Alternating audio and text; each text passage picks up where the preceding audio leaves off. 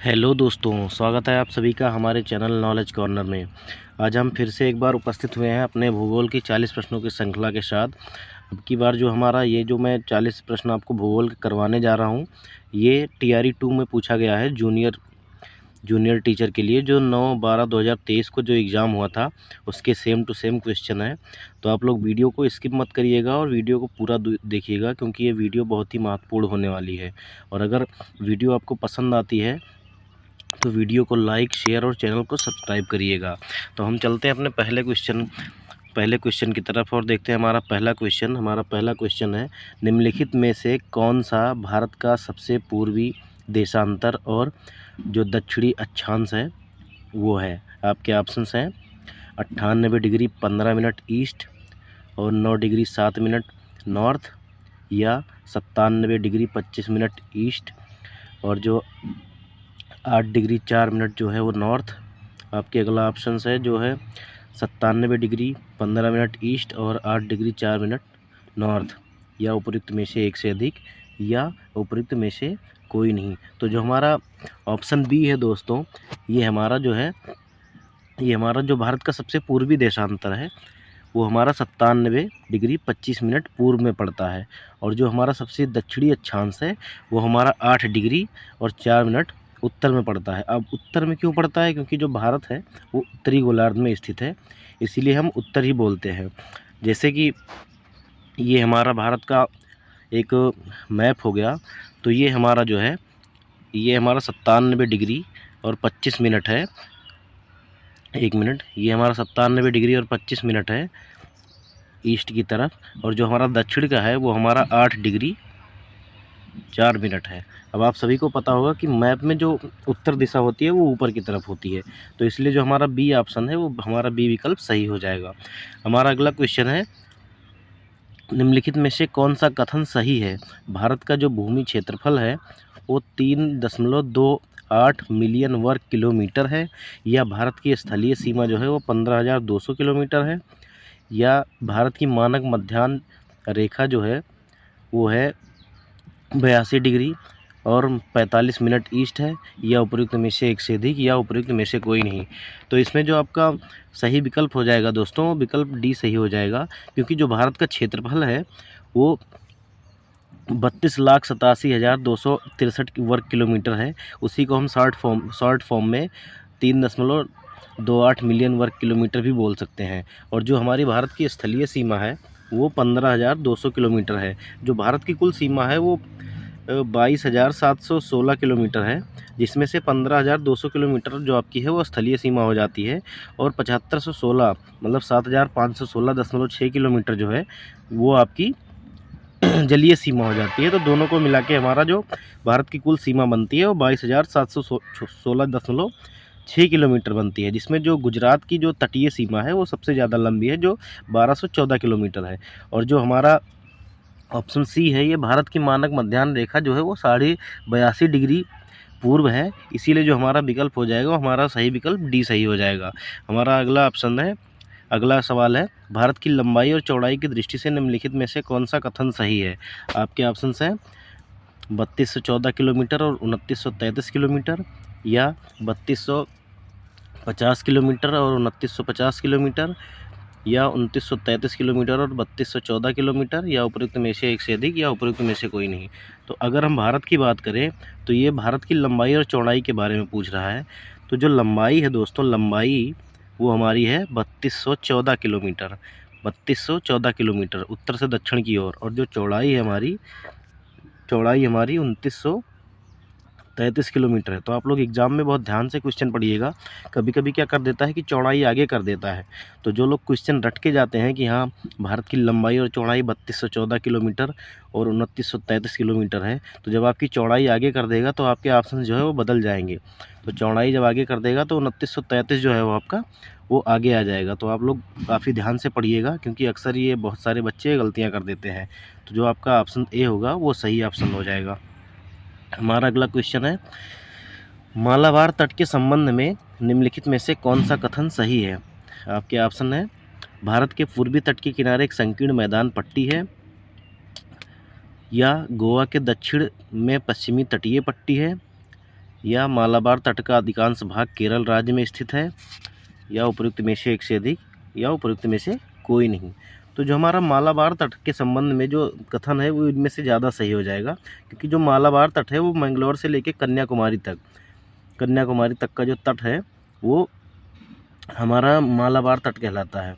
हम क्या कहते हैं कि कभी कभी जो है कन्नड़ तट को भी कभी कभी मालाबार तट में शामिल कर लिया जाता है, कहीं कहीं किसी किसी बुक में, लेकिन जो सही ऑप्शन आपका है वो एक से अधिक ही हो जाएगा, क्योंकि जो हमारा मालाबार तट है वो हमारा कन्याकुमारी तक फैला हुआ है। तो जो हमारा सही विकल्प हो जाएगा दोस्तों वो हमारा विकल्प डी सही हो जाएगा, उपयुक्त में से एक से अधिक, क्योंकि जो भारत के पूर्वी तट का एक किनारा है ये, और ये एक संकीर्ण मैदानी पट्टी है। और जो आपको पता ही होगा कि जो मालाबार तट है वो मैंगलोर से लेके आपका कन्याकुमारी तक है, तो गोवा के दक्षिण में ही वो आपका केरल पड़ता है, और इसीलिए हम क्या करेंगे, हमारा दूसरा ऑप्शन भी सही हो जाएगा, इसीलिए हमारा जो डी ऑप्शन है वो हमारा सही विकल्प हो जाएगा।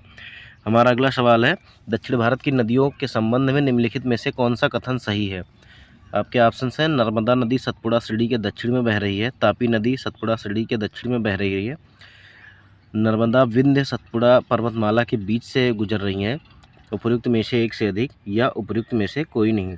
तो जो हमारा सही विकल्प है दोस्तों वो हमारा विकल्प डी सही हो जाएगा, क्योंकि जो नर्मदा नदी है वो उत्तर में विंध्याचल और दक्षिण में सतपुड़ा श्रेणियों के मध्य से होकर भ्रंश घाटी में बहती है। तो एक प्रकार से हमारा क्या है कि नर्मदा नदी जो है वो क्या है कि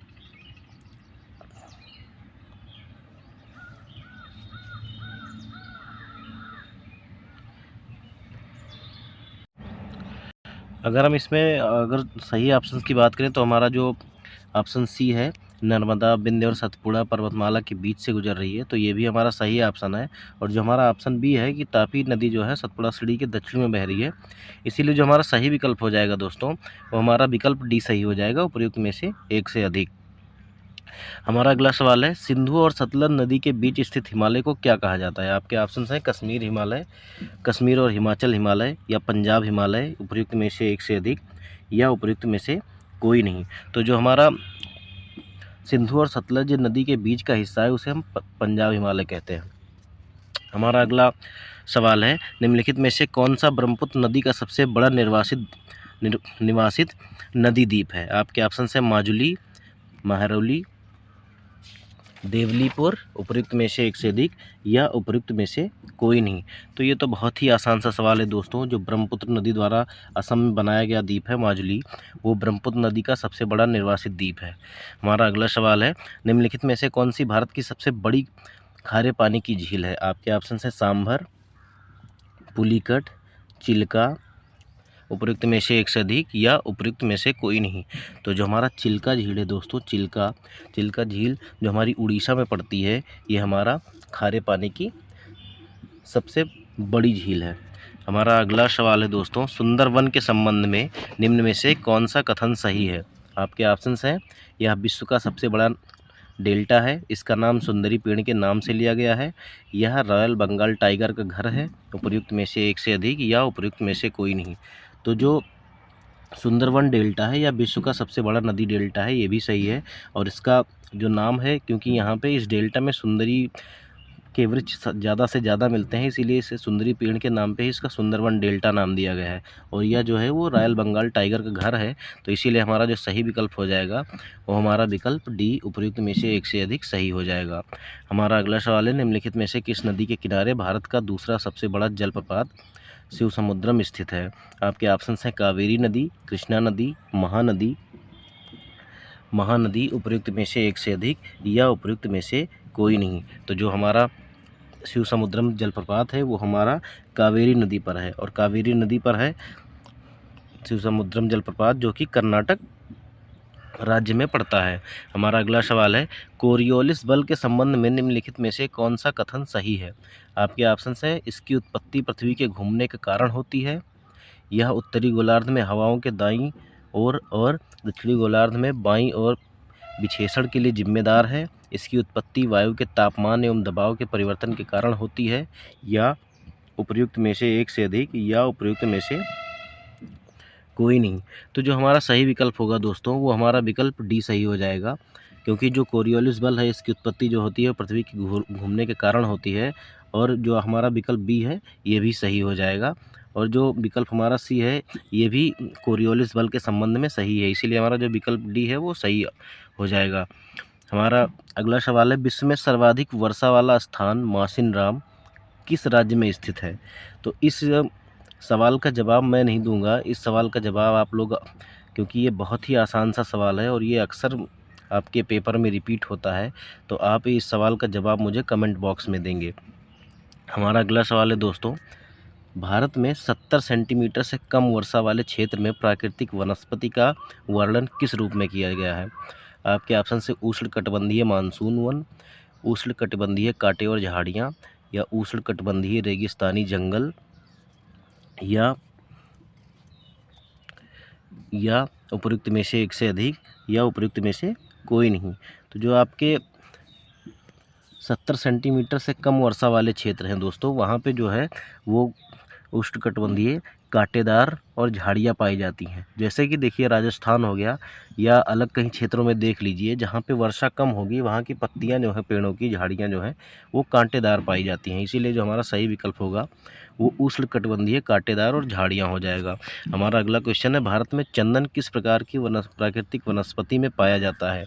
आपके ऑप्शन है उष्णकटिबंधीय पर्णपाती वन, उष्णकटिबंधीय मैंग्रोव वन, उष्णकटिबंधीय सदाबहार वन, या इनमें से कोई नहीं, या उपयुक्त में से एक से अधिक। तो जो हमारा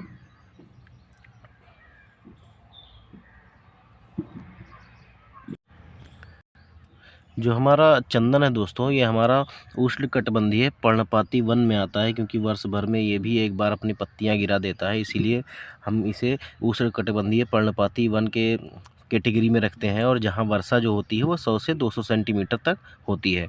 हमारा अगला क्वेश्चन है, निम्नलिखित में से कौन सी विशेषता भारत में उष्णकटिबंधीय सदाबहार वनों से संबंधित है?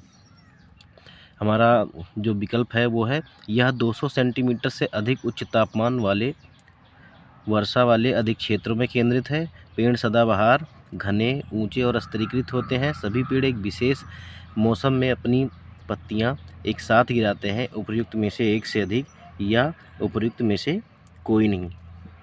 तो जो हमारा सही विकल्प है दोस्तों, वो हमारा विकल्प क्या हो जाएगा? वो हमारा विकल्प डी सही हो जाएगा, क्योंकि जो सदाबहार वन है दोस्तों, ये 200 सेंटीमीटर से अधिक वर्षा वाले क्षेत्रों में पाए जाते हैं। और जो सदाबहार वन है वो बहुत ही ऊंचे, घने और स्तरीकृत होते हैं। और जो आपका विकल्प सी है, वो ये जो लाइन दी गई है दोस्तों, ये हमारा जो उष्णकटिबंधीय पर्णपाती वन के बारे में है, क्योंकि जो सदाबहार वन है वो अपनी पत्तियां एक साथ नहीं गिराते हैं, अलग अलग मौसम पे अलग अलग पेड़ अपनी अपनी पत्तियां गिराते हैं, इसीलिए वन जो है वो हमेशा हरा भरा दिखाई देता है। हमारा अगला क्वेश्चन है, निम्नलिखित में से कौन सा बायोस्फीयर रिजर्व यूनेस्को द्वारा अंतर्राष्ट्रीय स्तर पर मान्यता प्राप्त नहीं है? आपके ऑप्शन से नीलगिरी, सुंदरवन, मन्नार की खाड़ी, उपयुक्त में से एक से अधिक, या उपयुक्त में से कोई नहीं। तो जो हमारा सही विकल्प है दोस्तों, वो हमारा उपयुक्त में से कोई नहीं है, क्योंकि हमारा जो नीलगिरी, मन्नार की खाड़ी और सुंदरवन जो है, ये तीनों के तीनों जो है वो हमारा यूनेस्को द्वारा मान्यता प्राप्त है। भारत में कुल 18 बायोस्फीयर रिजर्व हैं, जिनमें से भारत के यूनेस्को द्वारा अंतर्राष्ट्रीय स्तर पर मान्यता प्राप्त बायोस्फीयर रिजर्व जो है वो 12 है। अब आप इनमें से जो ये तीनों हैं, नीलगिरी, सुंदरवन, मन्नार की खाड़ी, ये यूनेस्को द्वारा अंतर्राष्ट्रीय स्तर पर मान्यता प्राप्त नहीं है।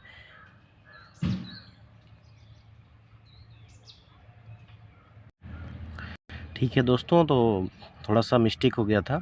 तो जो हमारा नीलगिरी, सुंदरवन और मन्नार की खाड़ी है, ये हमारा जो है वो यूनेस्को द्वारा बायोस्फीयर रिजर्व में मान्यता प्राप्त है। जबकि जो नीलगिरी है उसे 2000 में, और मन्नार की खाड़ी जो है उसे 2001, और सुंदरवन को 2001 में मान्यता दी गई थी। तो इसमें जो सही विकल्प हो जाएगा वो उपयुक्त में से कोई नहीं हो जाएगा, क्योंकि ये जो तीनों हमारे बायोस्फीयर रिजर्व दिए गए हैं ये हमारे यूनेस्को द्वारा मान्यता प्राप्त है अंतर्राष्ट्रीय स्तर पर। हमारा अगला क्वेश्चन है, रियो डी जेनेरियो द्वारा पृथ्वी शिखर सम्मेलन, रियो डी जेनेरियो पृथ्वी शिखर सम्मेलन 1992 किसको संबोधित करने के लिए बुलाया गया था? आपके ऑप्शन है पर्यावरण संरक्षण की अत्यावश्यक समस्याएं, वैश्विक स्तर पर सामाजिक आर्थिक विकास, विकसित विश्व का राजनीतिक संकट, या उपयुक्त में से एक से अधिक, या उपयुक्त में से कोई नहीं।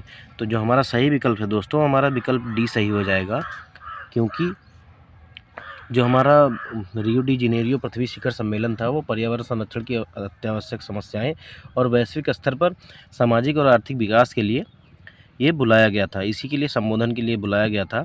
इसीलिए हमारा जो सही विकल्प है वो हमारा उपयुक्त में से एक से अधिक सही हो जाएगा। अगर हमारा अगला क्वेश्चन है, निम्नलिखित में से कौन सा नवीकरणीय संसाधन नहीं है?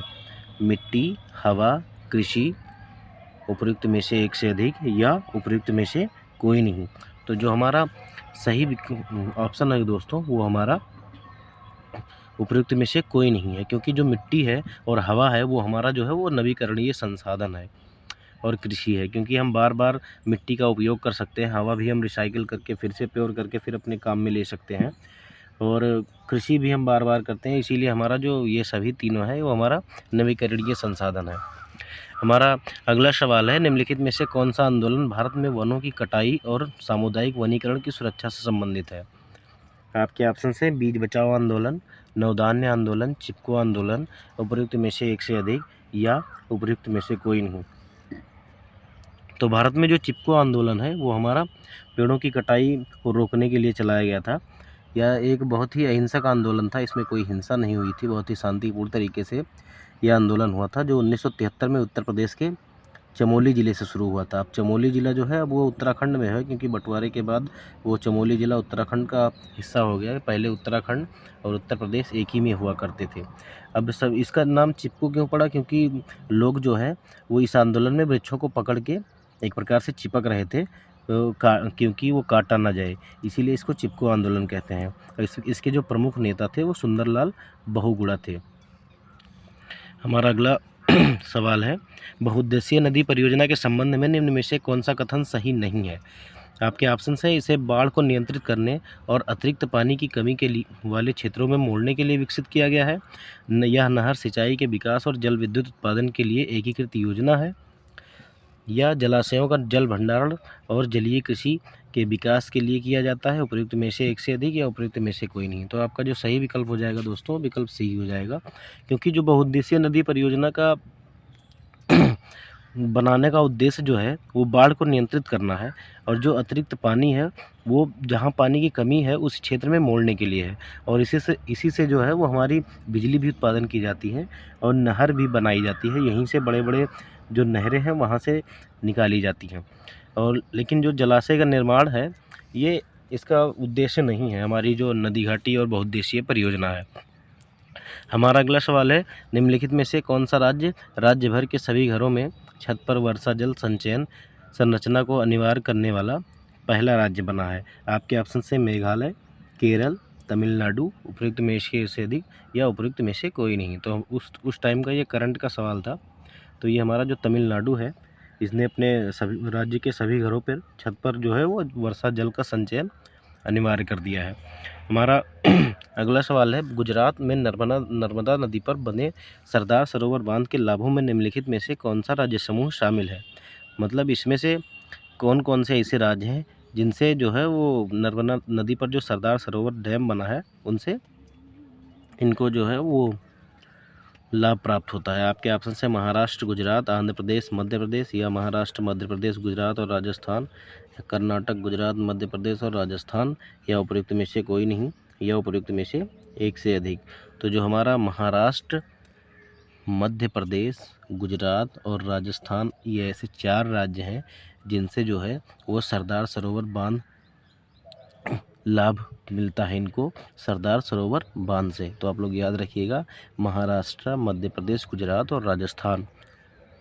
हमारा अगला क्वेश्चन है, भारत में खेती के आदिम रूप के लिए निम्नलिखित में से कौन सा शब्द इस्तेमाल किया जाता है? तो हमारा ऑप्शन है बेवर, पामाडावी, मिल्पा, उपयुक्त में से एक से अधिक, या उपयुक्त में से कोई नहीं। तो जो हमारा सही विकल्प हो जाएगा वो हमारा जो है उपयुक्त में से एक से अधिक, वो सही विकल्प हो जाएगा। भारत में जो खेती के आदिम रूप के लिए जो नाम है वो इन सभी में है। झूम, वैसे तो हम भारत के पूर्वी राज्यों में झूम कहते हैं इसे, और मध्य प्रदेश में हम बेवर कहते हैं, बेवर या दहिया कहते हैं। छत्तीसगढ़ में दीपा कहते हैं। उड़ीसा में पामाडावी कहते हैं। आंध्र प्रदेश में पोंडू कहते हैं। पूर्वी राजस्थान में बन्ना कहते हैं। केरल में इसे कुमारी कहा जाता है। तो इसीलिए जो हमारा सही विकल्प हो जाएगा वो हमारा विकल्प डी सही हो जाएगा। हमारा अगला क्वेश्चन है कि झूम खेती के संदर्भ में निम्नलिखित में से कौन सा कथन सही है। तो आप लोग,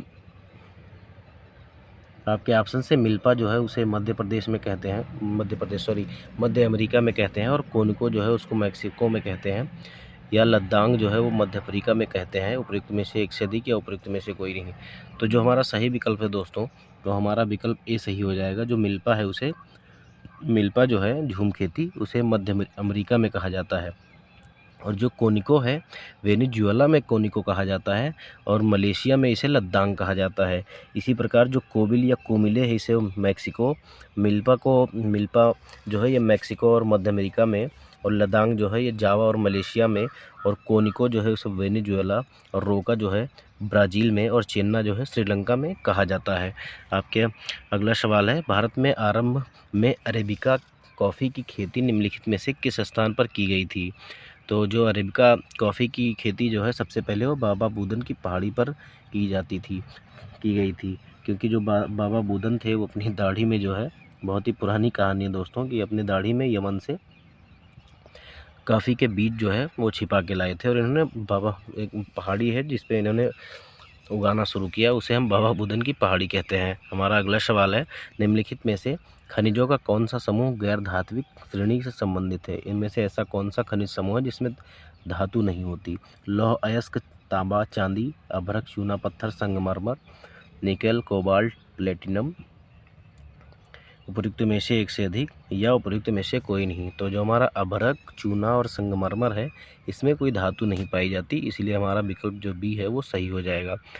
हमारा अगला सवाल है, निम्नलिखित में से कौन सा राज्य भारत में पाइराइट का सबसे बड़ा उत्पादक है।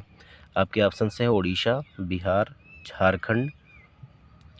उपयुक्त में से एक से अधिक या उपयुक्त में से कोई नहीं। तो जो हमारा बिहार है दोस्तों, वो हमारा पाइराइट का सबसे बड़ा उत्पादक है। और बिहार जो है, बिहार में सबसे ज़्यादा सोने का भंडार भी पाया जाता है, जो जमुई में पाया जाता है। भारत का सबसे बड़ा जो सोने का भंडार है वो बिहार में ही पाया जाता है, इसीलिए आप लोग याद रखिएगा। हमारा अगला क्वेश्चन है, भारत में भूतापीय ऊर्जा दोहन केंद्र कहाँ स्थित है। हिमाचल प्रदेश में पार्वती घाटी, लद्दाख में पूगा घाटी, राजस्थान में अरावली पर्वतमाला, या उपयुक्त में से एक से अधिक या उपयुक्त में से कोई नहीं। तो जो आपके सभी विकल्प जो हैं वो सही दिए गए हैं। लद्दाख में जो पार्वती घाटी है वो भी भूतापीय ऊर्जा दोहन केंद्र है, और लद्दाख में पूगा घाटी, और राजस्थान में अरावली पर्वतमाला, ये सारे के सारे जो हैं वो भारत में भूतापीय ऊर्जा दोहन के केंद्र हैं। इसीलिए जो हमारा सही विकल्प है वो हमारा विकल्प डी सही हो जाएगा। हमारा विकल्प डी जो है वो सही हो जाएगा। हमारा अगला क्वेश्चन है, लौह इस्पात उद्योग के संबंध में निम्नलिखित में से कौन सा कथन सही है। कथन सही नहीं है। इसे बुनियादी उद्योग कहा जाता है, इसे प्रकाश उद्योग कहा जाता है, यह कच्चे माल की निकटता वाले क्षेत्रों में स्थित है, उपयुक्त में से एक से अधिक या उपयुक्त में से कोई नहीं। तो जो हमारा लौह इस्पात उद्योग है उसे हम बुनियादी उद्योग के नाम से भी जाना जाता है, और जहां कच्चे माल की निकटता होती है उसी क्षेत्रों में इसे स्थापित किया जाता है। तो ये तो जो हमारा हो गया ये लौह इस्पात के संबंध में सही कथन है, लेकिन हमसे पूछा क्या है, हमसे पूछा है कि नहीं है। तो इसीलिए जो हमारा सही विकल्प हो जाएगा वो हमारा विकल्प बी जो है वो सही हो जाएगा। इसे प्रकाश उद्योग कहा जाता है। हमारा अगला सवाल है, निम्नलिखित में से कौन से चरम स्थान पूर्व और पश्चिमी गलियारे से जुड़े हुए हैं। आपके ऑप्शन है श्रीनगर और चेन्नई, सिलचर और पोरबंदर, या दिसपुर और पोरबंदर। उपयुक्त में से एक से अधिक या उपयुक्त में से कोई नहीं। तो जो हमारा असम है, असम का जो सिलचर है, और पोरबंदर का, गुजरात का जो पोरबंदर है वो हमारा पूर्व और पश्चिम गलियारे से जुड़े हुए हैं, इसीलिए हमारा जो विकल्प बी है वो सही हो जाएगा। हमारा अगला क्वेश्चन है, मिसमी, बरेल और लुसाई क्या है। आपके ऑप्शन है पहाड़ियाँ, या जनजातियाँ, नदियाँ और पहाड़ियाँ, उपयुक्त में से एक से अधिक, या उपयुक्त में से कोई नहीं। तो जो हमारा मिसमी, बरेल और लुसाई है वो हमारा पहाड़ियाँ हैं, इसीलिए हमारा ऑप्शन जो ए है वो सही हो जाएगा। हमारा अगला सवाल है, भारत की प्राचीनतम चट्टानों में सम्मिलित नहीं है। आपका ऑप्शन है धारवाड़ क्रम, कुड़प्पा क्रम, विंध्यन क्रम, उपयुक्त में से एक से अधिक, या उपयुक्त में से कोई नहीं। तो जो हमारा ऑप्शन ई है वो सही विकल्प हो जाएगा, क्योंकि जो धारवाड़ क्रम की चट्टानें हैं इनका निर्माण आर्कियन क्रम की चट्टानों के फलस्वरूप हुआ है। इसमें जो है जीवाश्म का अभाव पाया जाता है। तो जो हमारा ये तीनों की तीनों चट्टानें जो हैं वो प्राचीन चट्टानें नहीं हैं। इनमें जो सबसे ज़्यादा जो आर्कियन चट्टान है, तो हमारा जो आर्कियन क्रम की चट्टानें होती हैं वो सबसे पुरानी चट्टानें होती हैं, इसलिए जो हमारा सही विकल्प है वो हमारा विकल्प ई सही हो जाएगा। और अगला क्वेश्चन है, असम हिमालय में हिम रेखा की ऊंचाई कितनी है। आपके ऑप्शन हैं 4300 मीटर, 4400 मीटर, 4500 मीटर, उपयुक्त में से एक से अधिक, या उपयुक्त में से कोई नहीं। तो जो आपका सही विकल्प इसे आयोग के द्वारा माना गया है वो आपका विकल्प भी माना गया है। 4400 मीटर जो है वो असम में हिम रेखा की ऊंचाई मानी जाती है। जो असम हिमालय है ये आपको मैंने पहले भी करवाया हुआ है कि तीस्ता और दिहांग नदियों के बीच में पड़ता है। ये करीब 720 किलोमीटर की लंबाई में विस्तृत है। हमारा अगला है क्वेश्चन है, पेन्नार नदी का उद्गम स्थल है। आपके ऑप्शन से नीलगिरी तमिलनाडु, या सह्याद्री महाराष्ट्र, नंदी पहाड़ी कर्नाटक, उपयुक्त में से एक से अधिक, या उपयुक्त में से कोई नहीं। तो जो हमारा सही विकल्प है दोस्तों वो हमारा नंदी पहाड़ी कर्नाटक जो है, यहाँ से पेन्नार नदी का उद्गम होता है। हमारा अगला सवाल है, जनवरी माह में भारत में 20 डिग्री सेंटीग्रेड की समताप रेखा का विस्तार माना जाता है। आपके ऑप्शन हैं कर्क रेखा के समानांतर किंतु दक्षिण में, अगला ऑप्शन है कर्क रेखा के समानांतर किंतु उत्तर में, विंध्याचल पहाड़ी और पठारी प्रदेश के उत्तर में, उपयुक्त में से एक से अधिक, या उपयुक्त में से कोई नहीं। तो जो हमारा सही विकल्प है दोस्तों वो है हमारा कर्क रेखा के समानांतर किंतु दक्षिण में जो है वो जनवरी माह में जो भारत का 20 डिग्री सेंटीग्रेड की समताप रेखा है उसका विस्तार माना गया है।